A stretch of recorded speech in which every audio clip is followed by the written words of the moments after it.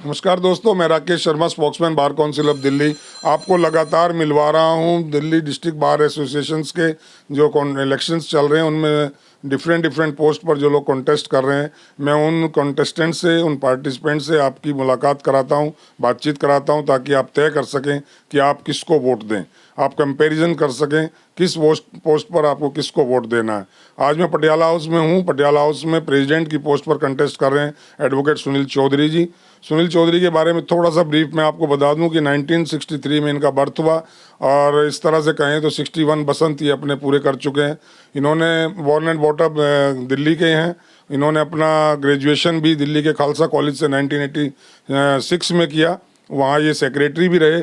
इसके बाद campus law centre 1 से इन्होंने अपना LLB का कोर्स किया, LLB डिग्री हासिल की 1991 में। और इसके बाद जैसे ही बार काउंसिल ऑफ दिल्ली में इनरोल हुए, इन्होंने पटियाला हाउस कोर्ट को मैं कहूँ चयन किया। यहाँ इन्होंने प्रैक्टिस शुरू की और लगातार तब से यहीं लगभग 33 साल से यहाँ प्रैक्टिस कर रहे हैं। और इस बीच में 2010 से 12 के बीच में ये सेक्रेटरी पर भी रहे और उन्होंने क्या किया, क्या उनकी उपलब्धियाँ रही, मैं इनसे जानूँगा। उसके बाद अब लगभग 12 वर्ष के बाद फिर इलेक्शन के इस मैदान में उतरे हैं, चुनावी समर में उतरे हैं। तो हम पूछेंगे कि क्यों इतने दिन बाद ये चुनावी समर में आए, क्या विज़न लेकर आ रहे हैं, क्या रीज़न है कि प्रेसिडेंट की पोस्ट पे आ रहे हैं। चौधरी साहब, आपका वकीलों के इस चैनल में बहुत बहुत स्वागत है। मैं सीधा इस सवाल के साथ आपसे रूबरू हो रहा हूँ कि क्या आपका विज़न है, किस वजह से आप इतने साल बाद प्रेसिडेंट के चुनाव में आ रहे हैं। शर्मा जी, मैं इस बार जब चुनाव में आया हूँ तो काफ़ी साल बाद आया हूँ यह देखते हुए, और काफ़ी लोगों का जो मेरे को लोगों ने कहा कि जिस तरीके से सिचुएशन ये बन गई है, इलेक्शन लड़ने वाले सब प्रोफेशनल लोग आ रहे हैं जो लगातार हर साल इलेक्शन लड़ रहे हैं, हर बार इलेक्शन लड़ रहे हैं, और इस बार की स्थिति बद से बदतर की जा रही है। और इस बार की मैं इलेक्शन जो लड़ रहा हूँ अपने लिए नहीं लड़ रहा, बार के लिए, बार के स्थिति को ठीक करने के लिए लड़ रहा हूँ। जो हमारे वकीलों की सिचुएशन, जो आज की तारीख में जो हमारी रेस्पेक्ट और जो सिस्टम है, जो हमारे जो सो कॉल्ड जो हर साल इलेक्शन लड़ते हैं, हर साल इलेक्शन में आ रहे हैं, उन्होंने जो जिस तरह की हमारी सिचुएशन और हमारी पोजीशन बार बार बेंच के बीच में जो स्थिति बना दी है, उसको दूर करने के लिए और अपने जो वकील साथियों की सिचुएशन को ठीक करने के लिए मैं इलेक्शन में आ रहा हूँ। आपकी नज़र में बार की डिग्निटी और रिस्पेक्ट और स्टैंडर्ड कम हुए हैं? काफ़ी कम हो चुका है। इसके लिए जिम्मेदार बार के लीडर्स हैं या हम वोटर्स हैं? नहीं, बार के वोटर्स नहीं, बार के लीडर्स हैं। जो जब आप ऑप्शन ही नहीं दोगे किनको, जो सामने ही नहीं आएंगे लोग, तो हमने अब यही ऑप्शन देने के लिए मैं आया हूं कि लोगों को एक ठीक व्यक्ति को चुनने का मौका मिले। आप ऑप्शन है उनके, because you are a practicing lawyer, इसलिए आप अपने को कॉम्पिटेंट मानते हैं? नहीं, प्रैक्टिसिंग इज नॉट द हाँ, practicing is not the only criteria. Practicing तो एक चीज है, लेकिन दूसरा अपने लिए सोचने की बजाय जब बार की वेलफेयर के बारे में सोचे, जो वकीलों के बारे में सोचे, जो सिर्फ अपने बारे में सोचता हो, अपनी वेलफेयर के बारे में सोचता हो, ऐसे लीडर्स को चुनने की बजाय ऐसे लोगों को चुनना चाहिए जो बार के लिए सोचे और वकीलों के लिए सोचे। चलिए, वो क्या चाहिए वो तो वोटर्स देखेंगे। मैं तो आपको एक थोड़ा सा रिमाइंड करा रहा हूँ 12 साल पुरानी बात। जब आप सेक्रेटरी थे तो आपके प्रेसिडेंट शायद एडवोकेट संतोष मिश्रा जी थी, जो आज आप RO हैं। और उस टाइम आपने कोई इलेक्ट्रिसिटी का एक बहुत बड़ी प्रॉब्लम पटियाला हाउस कोर्ट में थी, उसके बारे में जरा अपने दोस्तों को बताएं। जनाब, ये जो हमारे न्यू चैम्बर कॉम्प्लेक्स है, इसमें 2 करोड़ रुपए का बिल, एक सिंगल कनेक्शन था पूरे 300 चैम्बर्स में। उसको चैम्बर में 318 चैम्बर्स में एक कनेक्शन होने के कारण वो बिजली जाती आती रहती थी, बीच में परेशानी होती थी। और जैसे ही मैं सेक्रेटरी बना था, जब हमारी एग्जीक्यूटिव आई थी, उसी टाइम NDMC ने डिस्कनेक्ट कर दिया था, वो मीटर रिमूव कर दिया था। उसके बाद हमने NDMC को अप्रोच किया। NDMC को अप्रोच करने के बाद हमने उसमें काफ़ी मेहनत करके वहाँ पर सारे चैम्बरों में इंडिविजुअल कनेक्शन लगाए। जब तक इंडिविजुअल कनेक्शन नहीं लगाए, NDMC पे हमने प्रेशर ऐसे डाला कि हमने जनरेटर से काम चलाया। और हमारे मेंबर्स ने हमारे सपोर्ट किया, जनरेटर्स की हेल्प की, और 6 महीने लगभग मुझे लगे इंडिविजुअल कनेक्शन लगाने में। आज इंडिविजुअल कनेक्शन लगे हुए हैं सारे चैम्बर्स में, आराम से बिजली जिस तरह लोगों ने यूज़ करनी है उस तरह यूज़ करते हैं, जितना बिल उनका आता है उनको पे करना होता है। ये बहुत अच्छी आपकी एक अचीवमेंट रही। एक और इसमें था कि उसके कारण उससे पहले हमारे इंडिविजुअल कनेक्शन किसी जगह भी नहीं लग रहे थे, ना बीएस मेहता में लग रहे थे, ना पदम सिंह कॉम्प्लेक्स में लग रहे थे। जो हमारे छोटे वाले चैम्बर्स जो पदम सिंह कॉम्प्लेक्स और इसमें है, उसमें भी एनडीएमसी ने अलाउ किया और सभी के लोगों के आज इंडिविजुअल कनेक्शन लगे हुए हैं। चलिए, अगर आप चुनकर आते हैं तो आपकी फर्स्ट प्रायोरिटी के 2-3 काम क्या रहेंगे जो वेलफेयर के लिए आप करना चाहते हैं? फर्स्ट प्रायोरिटी में एक और मैं बताना चाहता हूं कि जिस टाइम हम चुन के आए थे उस समय हमारे पास द्वारका जाने वाले वकीलों ने चैम्बर सरेंडर किए हुए थे, जो कि लगभग 40 थे।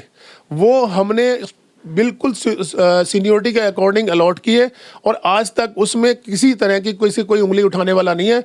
उसके बाद साकेत जाने वाले चैम्बर्स अलॉट हुए, तो उनको आने वाली जितनी भी उसके बाद जो कमेटियाँ आई, उन्होंने जिस तरह से अलॉट किए और उनकी जिस तरह की कमेटियाँ बनाने की उनको चेक किया, किसी तरह का भी हर मेंबर्स को ये पता है कि उनमें कितना तरह का अपना भाई भतीजावाद हुआ, उसमें सीनियोरिटी को बंदरबाट हो गई। बंदरबाट हुई, टोटली बंदरबाट हुई, ये सबके सामने है।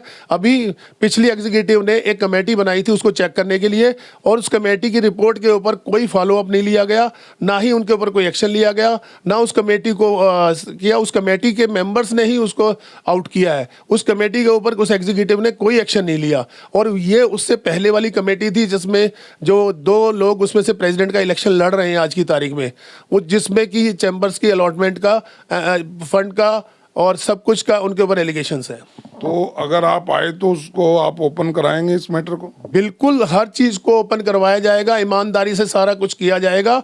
और मैं चाहता हूं हर मेंबर्स को ईमानदारी से सब कुछ मिले, ये नहीं कि हम अपना एग्जीक्यूटिव में ही सब कुछ आपस में बांट लें। ये तो एक चैम्बर्स की बात हो गई, और दूसरी कोई ऐसी प्रॉब्लम मेजर जो आपके दिमाग में है जिसको लेकर के आप इस समर में उतरे हैं? देखिए, अभी लेटेस्ट तो अभी हमारे पास जो एडवोकेट एक्ट का भी आ रहा है, जिसको हमने एक लंबी लड़ाई लड़नी पड़ेगी इसको हटवाने के लिए।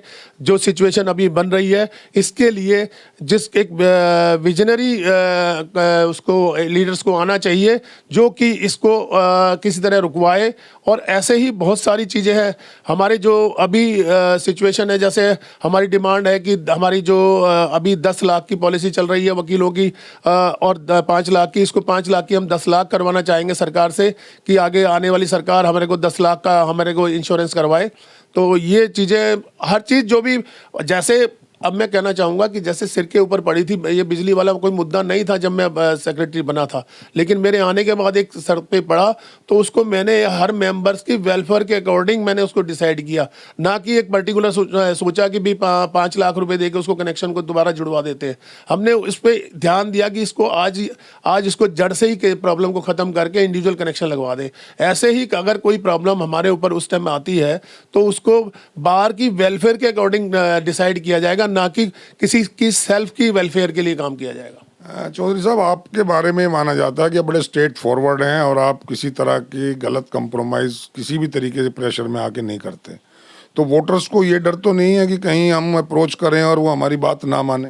देखिए, कोई अगर सही बात के लिए अप्रोच करेगा तो मैं अप्रोच तो गलत चीज के लिए ज्यादा होता है ना? नहीं, ऐसा नहीं है। अप्रोच कई बार हम तो नॉर्मली हो ही जाता है, नॉर्मल हो जाता है, लेकिन कई बार ओवरलुक हो जाता है। अगर कोई अप्रोच करता है कि मेरे को ये प्रॉब्लम है, और मेरा ये मानना है कि बार की वेलफेयर के लिए किसी भी सिचुएशन में, मैं जब सेक्रेटरी था, जो लोग मेरे को जानते हैं, अगर एक सिचुएशन ऐसी भी आई थी कि साकेत में चैम्बर अलॉटमेंट के टाइम में हमारे कुछ चैम्बर्स को चैम्बर्स नहीं माना गया था और उन लोगों की सीनियरिटी नहीं मानी गई थी। उसके लिए लोगों में वो था, मैंने उससे पहले, उनके सोचने से पहले ही एक लेटर बनाया था, गाबा साहब को लेटर भेजा और उनसे स्पेशल मीटिंग रखी, और उन्होंने जब नहीं माना था तो हमने PIL यहाँ पर एक रिट डाली हाई कोर्ट में, और उसमें सबकी, जितने हमारे मेंबर्स की सीनियरिटी नहीं बन रही थी, उनकी सबकी सीनियरिटी बनवाई और उनको according to seniority chamber Saket में दिलवाई। Very good. चलिए, बहुत अच्छे काम आपने किए, अपने काम भी गिनवाए। अब दिक्कत ये है, वोटर्स के सामने कई लोग खड़े हैं, करीबन 5 या 4-5 लोग खड़े हैं, 7-8 हो गए हैं आज। चलिए, आज नॉमिनेशन आपका हो गया है, तो अब समस्या वोटर के सामने ये है, मेरे जैसा जो वोटर, कॉमन वोटर है, कि वो वायदे सभी कर रहे हैं, जैसे आपने अपने कहा कि मेरा विजन ये है, ऐसे ही और दूसरे प्रेसिडेंट के कैंडिडेट हैं वो भी कर रहे हैं। तो ऐसी कौन सी स्पेशल चीज़ है आप वोटर्स को बताएंगे कि वोटर्स को आप ये बताना चाहें कि आप इसलिए मुझे वोट दो कि ये क्वालिटी आप में है, मेरे अंदर है, दूसरों में नहीं? देखिए, मेरी क्वालिटी मुझे खुद नहीं पता होगी, मेरे मेंबर्स जो मेरे को आज से रिमाइंड करा दो। मैं आज से इतने सालों से पटियाला हाउस में हूँ और काफ़ी लोगों ने मेरे को देखा हुआ है और मेरा सीधा सच्चापन सबने देखा हुआ है। ये मेरे को मेंबर्स ने ही बताया है, ये मैंने खुद ऑब्जर्व नहीं किया है। जो मेरे मेंबर्स मुझे बताते हैं, दोस्त लोग बताते हैं कि आपके अंदर ये क्वालिटी है, तो मैं वो क्वालिटी की मेरी क्वालिटी ये है कि मैं बाहर के लिए लड़ता हूँ, अपने लिए नहीं लड़ता। मैं बाहर की लड़ाई जहां भी चाहे लड़ना की जरूरत होगी, मैं वहां हमेशा लड़ूंगा, हर एक मेंबर्स के लिए लड़ूंगा और हमेशा यही लड़ता आपकी है। क्वालिटी मान ली जाए।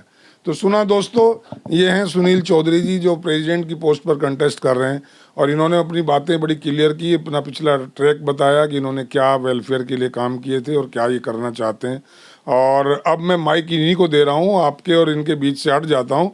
ये आपसे अपील करेंगे किस वजह से आप इनको वोट दें, ये अपनी अपील आपसे कर रहे हैं। चौधरी साहब, वोटर सारे आपके सामने हैं, माइक आपके हाथ में है, आप अपना जो अपील करना चाहें कर सकते हैं। साथियों, मैं आपसे एक ही रिक्वेस्ट करना चाहता हूं, आपने सबको देखा है जो मेरे खिलाफ इलेक्शन लड़ रहे हैं, जो मेरे इस इलेक्शन लड़ रहे हैं, उसमें सबको आपने परखा है, उनको स्टाइल देखी है, उनका काम करने का तरीका देखा है और मेरा तरीका उनसे बिल्कुल डिफरेंट है और उस डिफरेंट करने के लिए ही इलेक्शन में आ रहा हूं।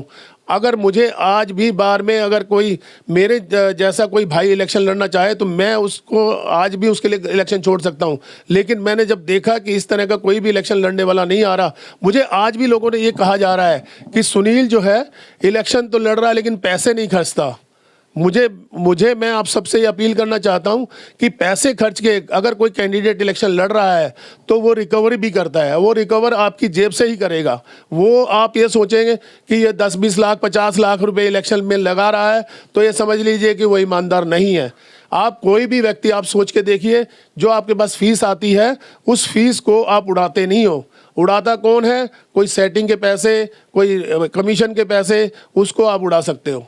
तो इन चीज़ों के लिए जो इलेक्शन में इस तरह का जो बेफजूल खर्च करके और इलेक्शन में जीतना चाहते हैं, मैं आप सबसे अपील करूंगा उन लोगों को अवॉइड करें और जो बाहर के लिए सोचते हैं, मेरी पोस्ट पे नहीं, हर पोस्ट पे ऐसे लोगों को जिताएं जो बाहर के लिए सोचते हो। और ये जो खर्च करके और पैसा खर्च करके आपको लोगों को, आप डबल ग्रेजुएट हो, आप डबल ग्रेजुएट लोगों को कोई बेवकूफ़ नहीं बनवा सकता। मैं सबसे अपील करूंगा कि बेवकूफ़ ना बने, उनकी बातों में ना आए और आप सही व्यक्ति को चुनिए। मेरे को नहीं, जो व्यक्ति सही लगे आपको उस व्यक्ति को सही चुनिए, लेकिन खर्च के ऊपर ये देखते हुए कि वो क्या खर्च कर रहा है, वो कैसे कर रहा है, किस्मत। धन्यवाद। तो आपने अपील सुनी दोस्तों, यही कमोबेश मेरा भी मकसद है, इस चैनल का भी मकसद है, ये आपका अपना चैनल है। हम ये चाहते हैं कि आप तमाम एडवोकेट्स जितने भी हैं, जो वोटर्स हैं, वो अपने कैंडिडेट्स को सुने, उनको परखें, उनके विज़न को देखें, उनके किसी खर्चे वर्चे की जैसी बात चौधरी साहब ने की उस पर ना जाएं। खर्चे बिल्कुल अलहदा हैं और खर्चे ना करना एक बहुत अच्छा एक मैं कहूँ शुरुआत है, ये बहुत अच्छा एक ट्रेंड है, ताकि इसमें आम आदमी जो ईमानदार आदमी है वो भी चुनाव लड़ सके, इसमें ये गुंजाइश रहती है। तो दोस्तों, now the ball is in your court. आपने तय करना है कि इन सब कैंडिडेट्स में से बेटर कौन है, किसका विज़न ठीक है, किसका विज़न ठीक है, किसकी सोच ठीक है, किसका जो ट्रैक ठीक रहा है, ये आपने तय करना है। आप इनको भी जानते हैं, आप उनको भी जानते हैं, नाउ कंपैरिजन आपने करना है। सो साहब कुछ और कह रहे हैं इससे पहले कि मैं कह रहा था कि जो हमारे आरओ है संतोष मिश्रा जी, उन्होंने एक बहुत बढ़िया स्टेप उठाया कि जो भी मेंबर सिलेक्शन लड़ रहा है उसको हमारे कॉन्स्टिट्यूशन के अकॉर्डिंग सिक्योरिटी मनी ली है, जो बाकी कोर्ट्स में जिस तरह 10,000 20,000 75,000 रुपये ली जा रही है, इस तरह की कोई सिक्योरिटी मनी ली है। और यहाँ पर इलेक्शन लड़ने वाले को सिर्फ 250 रुपये यहाँ पर सिक्योरिटी मनी जमा है और इलेक्शन लड़ने के लिए एक ईमानदार व्यक्ति इलेक्शन लड़ सकता है यहाँ पर। और ये सिचुएशन हमारे रिटर्निंग ऑफिसर ने दी है, तो मैं उनका धन्यवाद करता हूँ, और ताकि सभी ईमानदार लोग इलेक्शन लड़े और जीते। धन्यवाद। तो सुन लिया दोस्तों, इन्होंने की अपनी अपनी क्वालिटी बताई, ईमानदारी और साफगोई इनकी क्वालिटी इन्होंने अपने आप में बताई। अब आप तय कर लीजिए कि ये कितना सच बोले हैं, कितना झूठ बोले हैं, कितना इनकी बातें आपको क्लियर अच्छी लगी हैं, ये आपके हाथ में है। अभी के लिए दोस्तों इतना ही, फिर एक नए कैंडिडेट के साथ आपको मिलवाऊंगा। धन्यवाद। जय हिंद, जय भारत।